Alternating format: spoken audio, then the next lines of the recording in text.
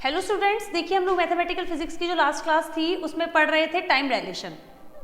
अब हम लोग पढ़ेंगे रिलेटिविटी ऑफ मास। बताया था कि आइंस्टीन ने कहा था कि मास भी वेरी करता है वेलोसिटी के साथ। Relativity of mass,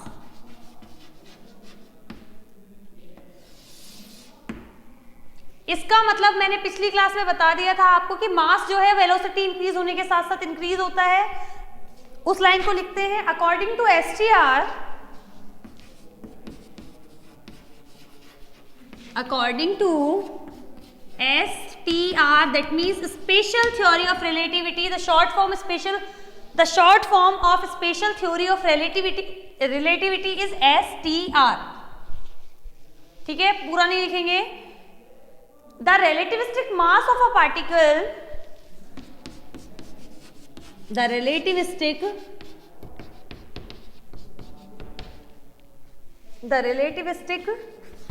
mass of a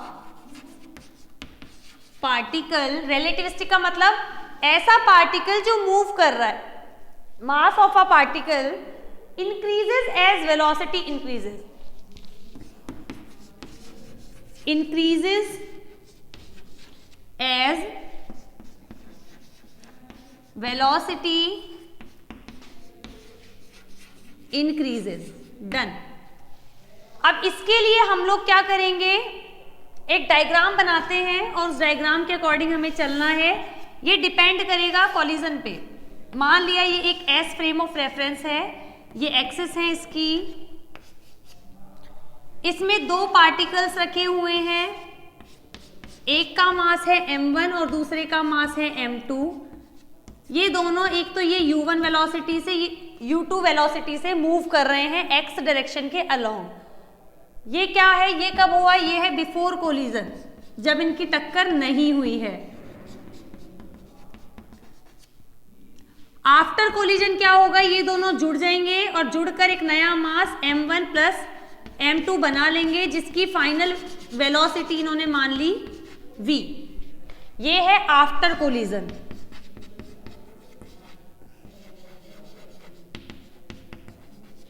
ठीक है, दूसरा फ्रेम ऑफ रेफरेंस हम लोग लेकर चलेंगे, S dash, O dash, X dash, Y dash, Z dash.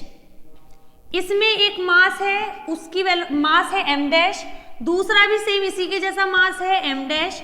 ये u डैश वेलोसिटी से मूव कर रहा है, ये माइनस u डैश वेलोसिटी से मूव कर रहा है। टक्कर होने के बाद दोनों मिल गए, दोनों मिलके बना लिया 2m डैश बना लिया। इसकी टक्कर इससे हुई, यहाँ पे जो लास्ट इसका फाइनल वेलोसिटी होगी वो होगी 0, यानी दोनों के आमने सामने की टक्कर है, भिड़ गए और भिड़ के यहाँ पे रुक गए। तो ये है बिफोर कोलिजन और ये है आफ्टर कोलिजन।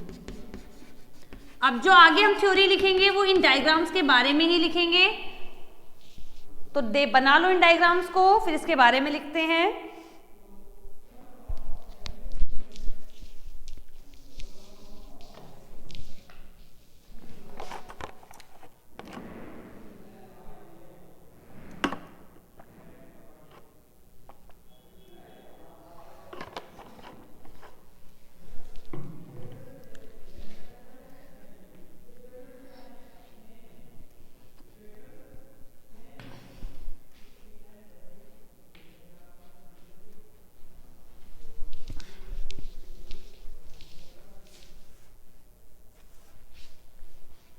तो रब करते हैं, इसको आगे लिखते हैं इस डायग्राम के बारे में।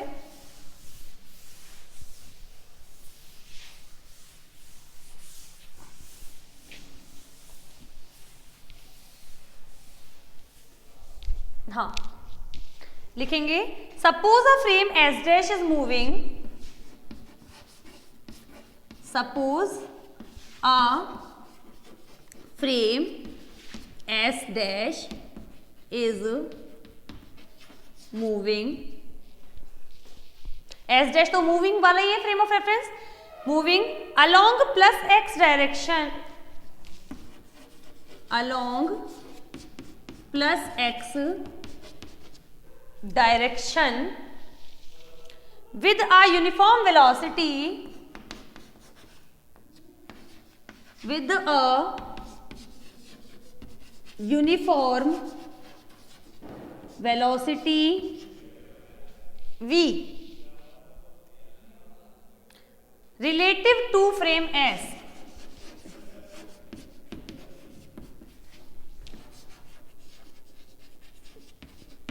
Frame S dash frame S के रिस्पेक्ट में v वेलोसिटी जो कि यूनिफॉर्म है उससे प्लस x डायरेक्शन में मूव कर रहा है। एस डैश तो एक मूविंग फ्रेम ऑफ रेफरेंस है, जैसे कि कोई ट्रेन चल रही हो, ट्रक चल रहा हो, इस तरह से। आगे लिखेंगे इन frame S dash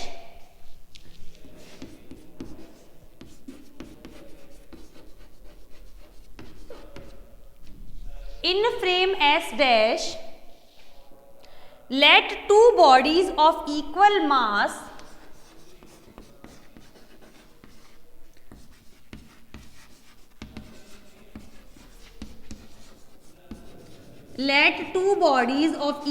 mass m dash traveling with velocities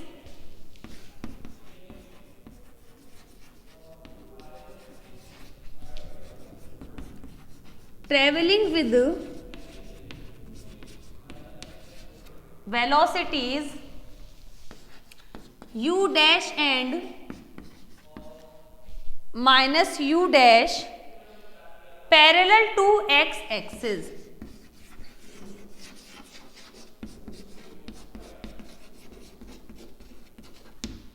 Parallel to x axis.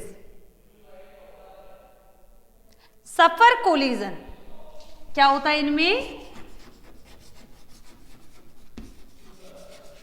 Suffer collision यानी कि ये दोनों बॉडीज, ये दोनों मासेस कोलिजन करते हैं, टक्कर करते हैं। आगे लिखेंगे आफ्टर कोलिजन, कोलिजन के बाद क्या होगा? आफ्टर कोलिजन, कोलिजन के बाद they changed into one body या दे कन्वर्टेड इनटू, या कोलैप्स हो जाना, मिल जाना, converted into a body of 2m dash mass, a body of 2m dash mass.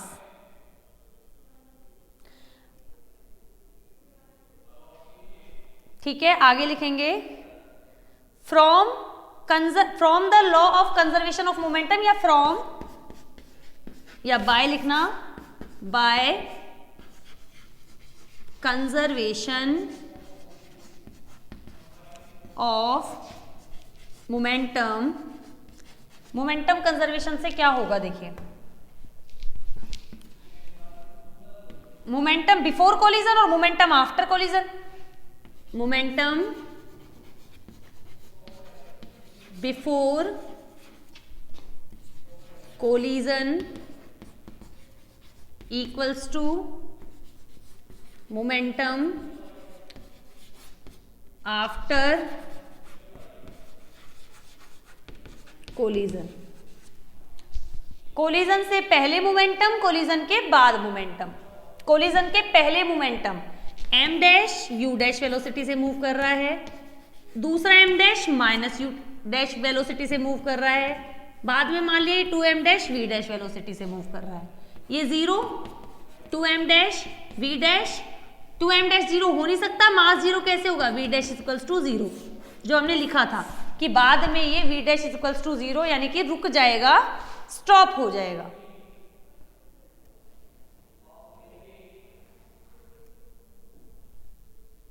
लिख लेंगे thus the body of mass 2m dash, thus the body of mass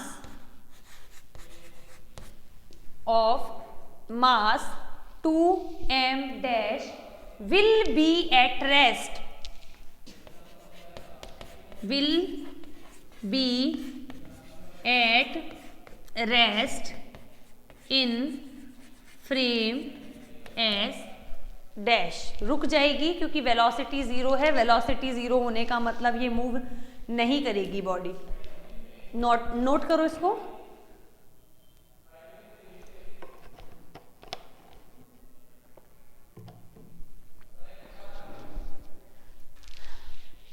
pause करके एक बार note कर लो इसको।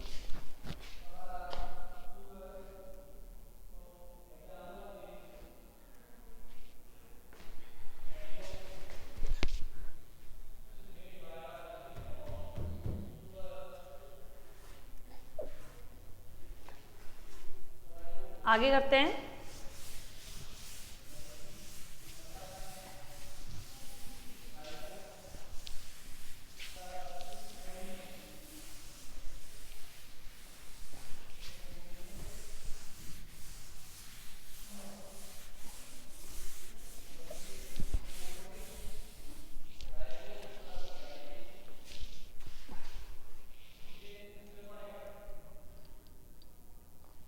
आगे लिखेंगे।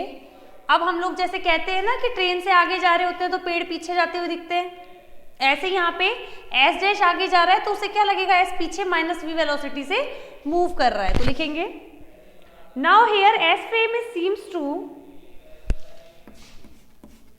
Now here frame S seems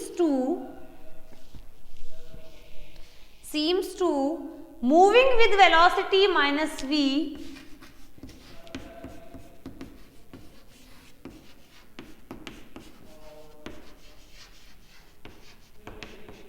moving with velocity minus v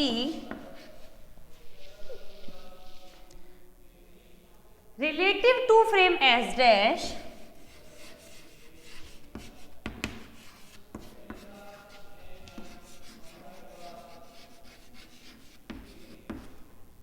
relative to frame s dash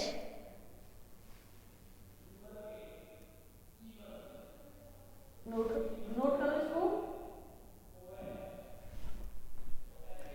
if the velocities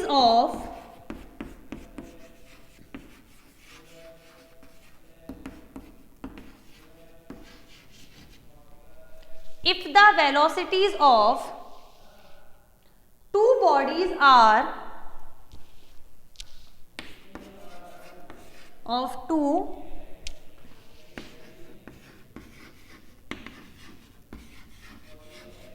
bodies are observed as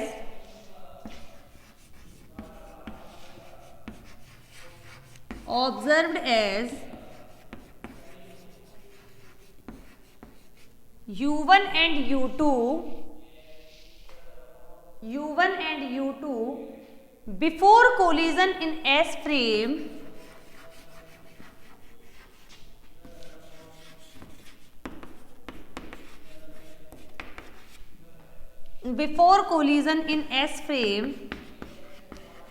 ये बताया था इसमें u1 और u2 कोलिजन से पहले, before collision in S frame, then by Lorentz transformation, then by inverse Lorentz transformation.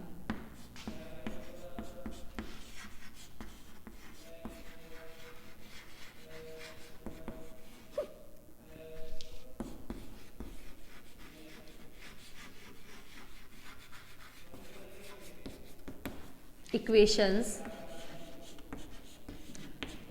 Lorentz transformation equations का हम लोग यूज करेंगे और वो भी वेलोसिटी वाला। देखना, देखो ux था यानी u1 आ जाएगा यहाँ पे था ux डैश यानी u dash plus v, inverse Lorentz transformation वाला है। क्या होता था, ux डैश बराबर ux plus v upon 1 plus v ux upon सी स्क्वायर। यहाँ पे नहीं ux निकालते थे, यहाँ पे ux डैश आता था। यहाँ पे ux की जगह u1, s में ux dash u dash s dash में प्लस v अपॉन में 1 plus v u dash upon c square equation 1, और u2 निकालें अगर इससे तो u डैश की जगह आ जाएगा minus u dash plus v upon 1 minus v u dash upon सी स्क्वायर इक्वेशन 2। नोट करो।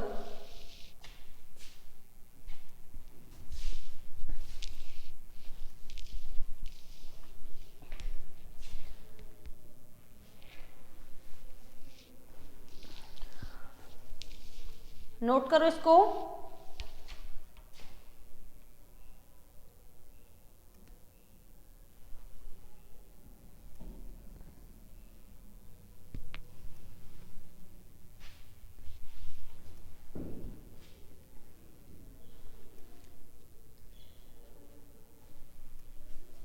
आगे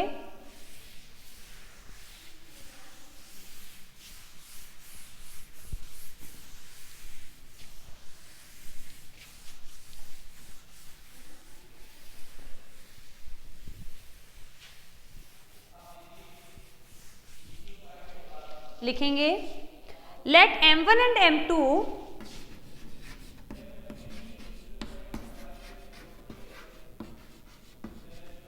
let m1 and m2 be the masses of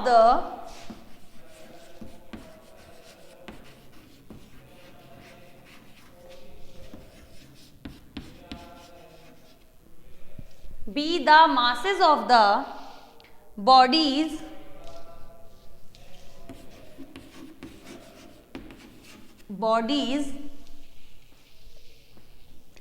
traveling with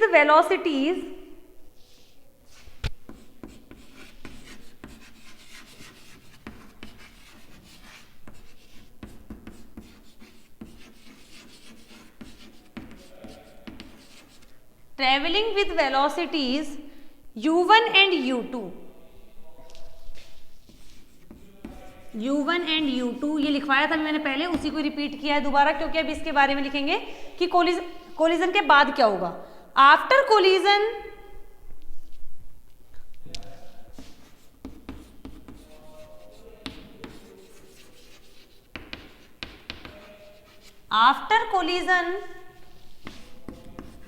the collapsed body यानी बनी हुई बॉडी या converted body of mass, the final body या collapse लिख दो या कन्वर्टेड लिख दो, द कन्वर्टेड बॉडी या जॉइंट बॉडी भी लिख सकते हो of mass m1 plus m2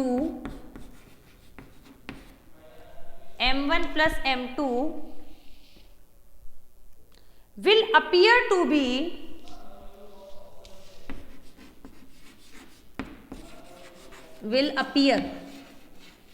यहाँ पे कुछ ऐसे हो रहा है, ए है ये ना, will appear to be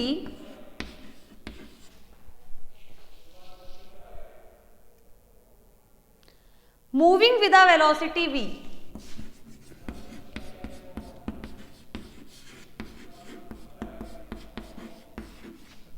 moving with a velocity v, then by the conservation of momentum, अब s वाले में लगाएंगे, then by the conservation of momentum, पहले s डैश में था, अब यहां पे करेंगे मोमेंटम बिफोर कोलिजन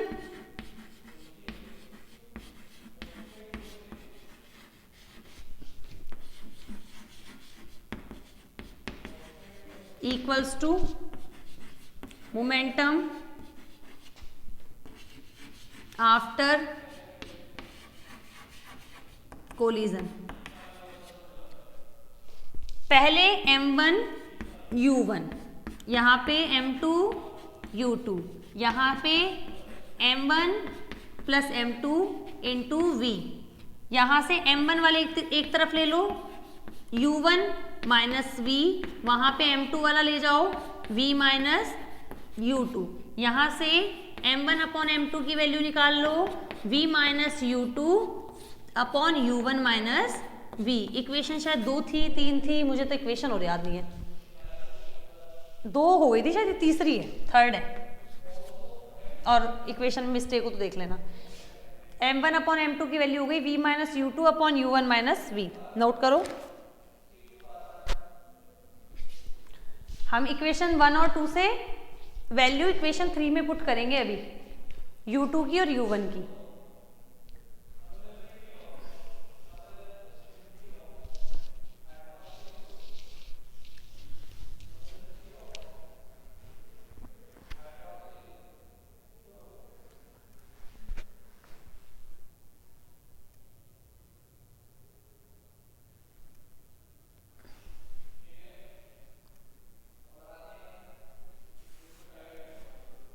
अब नोट कर लो इसको पहले, ये लास्ट वाली इक्वेशन को मैं छोड़ दूंगी, मिटाऊंगी नहीं क्योंकि वैल्यू रखनी है इसमें।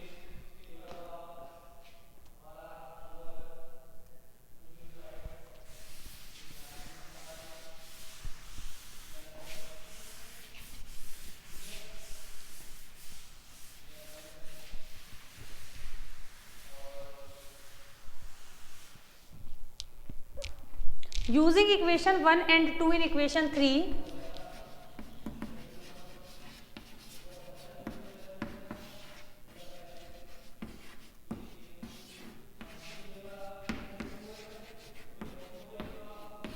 इक्वेशन 1 और 2 का यूज इक्वेशन 3 में करो।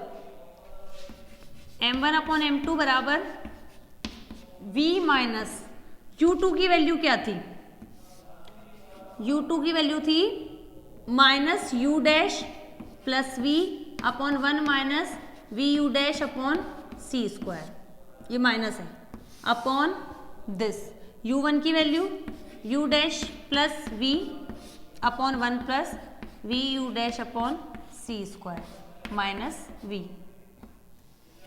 अब इसको एलसीएम लेके सॉल्व करें।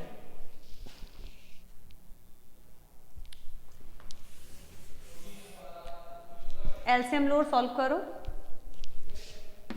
लो एलसीएम, यहाँ पे इससे मल्टीप्लाई करो v minus v square u dash upon c square minus minus plus u dash minus v upon क्या आ रहा है ये 1 minus v u dash upon c square into, अब इसका एलसीएम तो ऊपर चला जाएगा 1 plus v u dash upon c square और अपॉन इसको सॉल्व करो u dash plus v minus v square u dash upon c square. एक मिनट, हाँ c स्क्वायर यहाँ आएगा, ये सॉल्व करो इसको, उसको v से v कैंसिल, v से v कैंसिल। नोट करो एक बार जरा इसको, इतना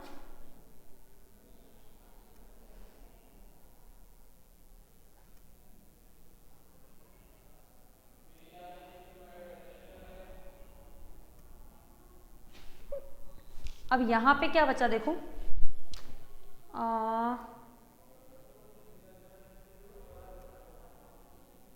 देखो plus u dash minus we square you dash upon C square minus we square you dash upon C square, पूरा का पूरा कैंसिल, सारा ही कैंसिल हो गया।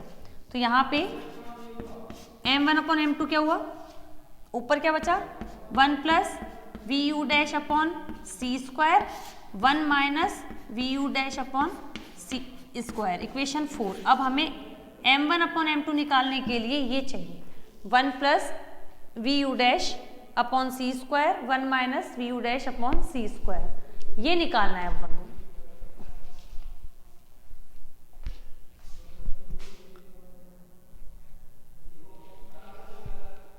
नोट करो,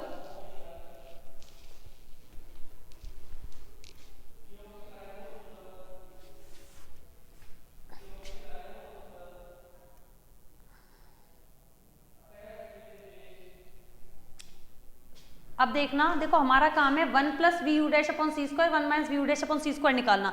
अब इधर से एक बोलते हैं ना ट्रैक चेंज होगा, वो थोड़ा सा आपको ध्यान रखना है कि क्या करना है। स्टार लगा लेना चाहे उस पर, कि ये वाली चीज हमें थोड़ी सी याद रखनी है कि हम इसके बाद ये करने वाले हैं तो हमारे पास वैल्यू आएगी। चाहे भले स्टार लगा लेना।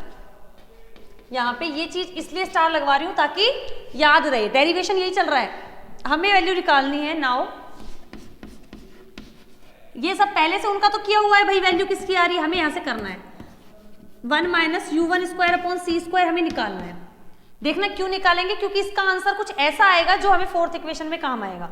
ये चीज आपको याद करनी है कि हमें इसकी वैल्यू निकालनी है। तो 1 माइनस 1 अपॉन सी स्क्वायर, u1 की वैल्यू निकालो, u1 स्क्वायर की। u1 क्या था, u dash plus v upon 1 plus u dash upon सी स्क्वायर का होल स्क्वायर। सही है। अब करते हैं इस इक्वेशन को सॉल्व।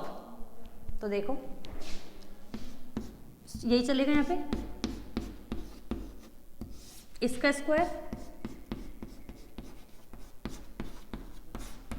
यहाँ पे a प्लस बी का whole square, a square plus v square plus 2u dash v, यही होगा। अब एलसीएम लेकर इसको करते हैं अपन सॉल्व।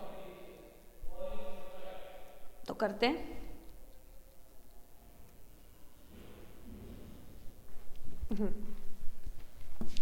एलसीएम लिया, ये सी स्क्वायर पर यहाँ पे ले लेंगे ना इसके साथ, ये इसको ले लेते हैं एलसीएम।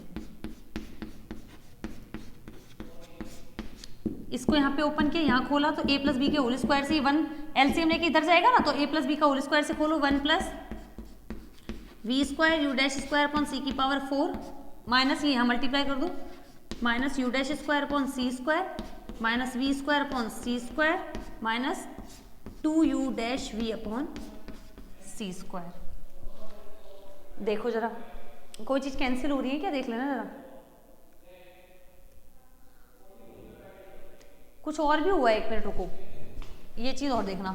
ये इधर जाएगा तो a प्लस बी का whole square, a square b square plus 2ab तो किया ही नहीं, तो यहाँ एक काम करना, यहाँ कर लेना 2vu डैश अपॉन सी स्क्वायर। देखो 2u डैश v अपॉन सी स्क्वायर यहाँ से कट गया। अब आ जाओ इधर, वैल्यू किसकी चल रही है, यहां से करो, यहां से ये तो अलग रख लो,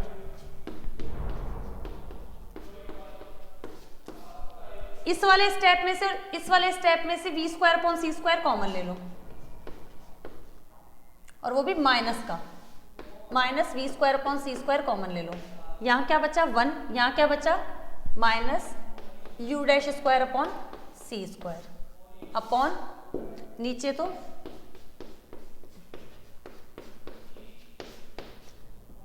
इन दोनों में से कॉमन क्या आ रहा है 1 minus you dash square upon C square,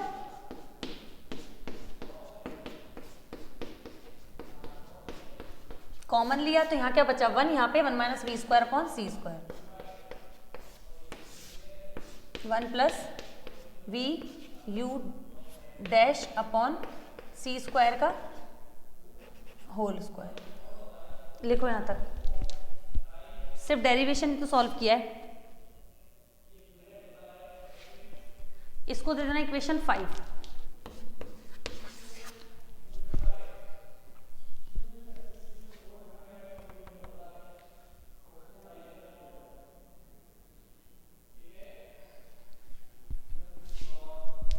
note करो,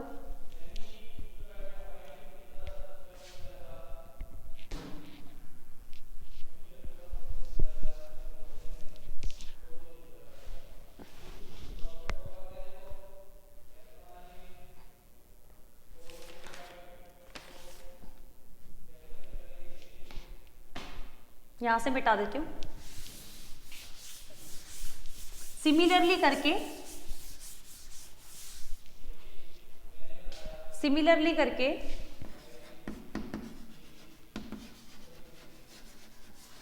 1 माइनस u1 स्क्वायर की जगह u2 स्क्वायर अपॉन सी स्क्वायर का अपन निकालें, तो आप अगर पूरा करोगे ना तो देखना सेम आएगा आंसर।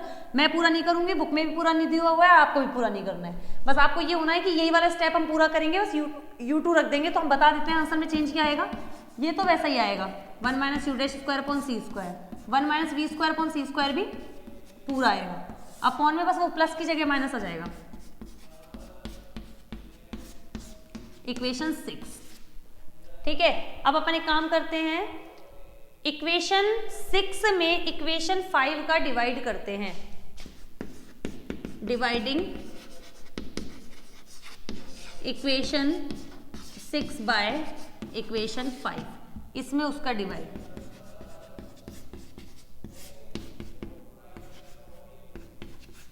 करो, इसमें जब इसका डिवाइड करेंगे तो ये तो इससे कैंसिल हो जाएगा, वो ऊपर और ये नीचे आ जाएगा, तो 1 plus v u dash upon सी स्क्वायर का होल स्क्वायर अपॉन में 1 minus v u dash upon सी स्क्वायर का होल स्क्वायर।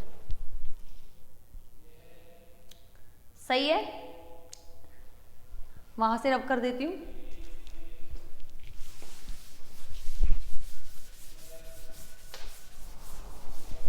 इसके बाद यहां से 1 plus v u dash upon सी square upon 1 minus v u dash upon सी स्क्वायर की जो वैल्यू निकालेंगे इनकी, तो बस अंडर रूट ले जाओ उधर, under root 1 minus U two square upon सी square upon under root 1 minus u1 square upon सी square. Equation दे दो इसको 7। इक्वेशन 7 का इक्वेशन 4 में हम लोग यूज कर लेंगे, नोट करो इसको।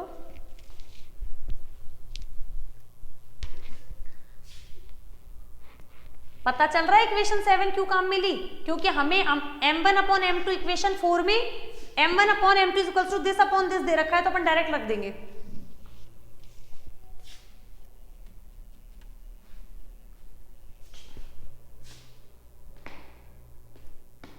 इसको मिटा देती हूं। Using equation 7 in equation 4, using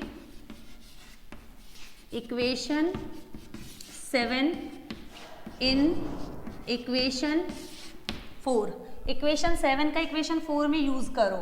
m1 upon m2 की वैल्यू क्या दे रखी थी, दिस अपॉन दिस आ गई, 1 माइनस u2 स्क्वायर ओवर सी स्क्वायर, ये इसीलिए किया अपन ने, 1 माइनस u1 स्क्वायर अपॉन सी स्क्वायर, इसकी वैल्यू फाइंड आउट करने के लिए। क्रॉस मल्टीप्लाई करो तो m1 के साथ तो आ जाएगा 1 माइनस u1 स्क्वायर अपॉन सी स्क्वायर, क्योंकि m1 u1 से मूव कर रहा है, और क्रॉस मल्टीप्लाई करा तो 1 माइनस u2 स्क्वायर ओवर सी स्क्वायर। इक्वेशन दे दो 8, यहां तक कर लो, इक्वेशन 8। अब नेक्स्ट क्लास में हमें दिखाना है, अभी अधूरा है ये, थोड़ा सा और बचा है, ज्यादा से ज्यादा 10 मिनट का। इसमें दिखाना है हमें कि मास जो है वो रेस्ट मास के अकॉर्डिंग कैसे चेंज होगा। अभी सिर्फ ये पता चला है, अभी कुछ नहीं पता चला, ये पता चला है कि m1 मास है u1 के साथ में वेरी करता है इस तरह से, और m2 u2 के साथ वेरी करता है इस तरह से। मतलब अभी ये दोनों मास इक्वल हैं, अभी हम लोग इनको देखना रेस्ट मास के इक्वलाइज करके और बताएंगे कि वेलोसिटी के साथ मास कैसे वेरी करता है। सॉरी, वो हम नेक्स्ट क्लास में करेंगे।